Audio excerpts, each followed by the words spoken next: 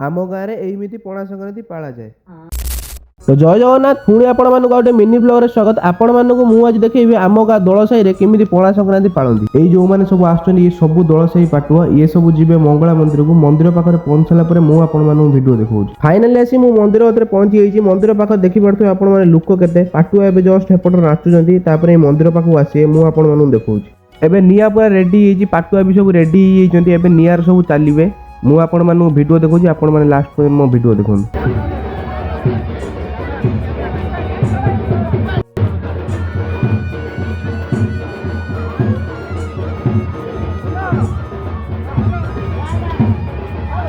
आपण माने तो देखिले एबे नियारे चलिबा। आपण माने कंटा फुटेबा एबे देखचंती मु आपण मानू देखौ।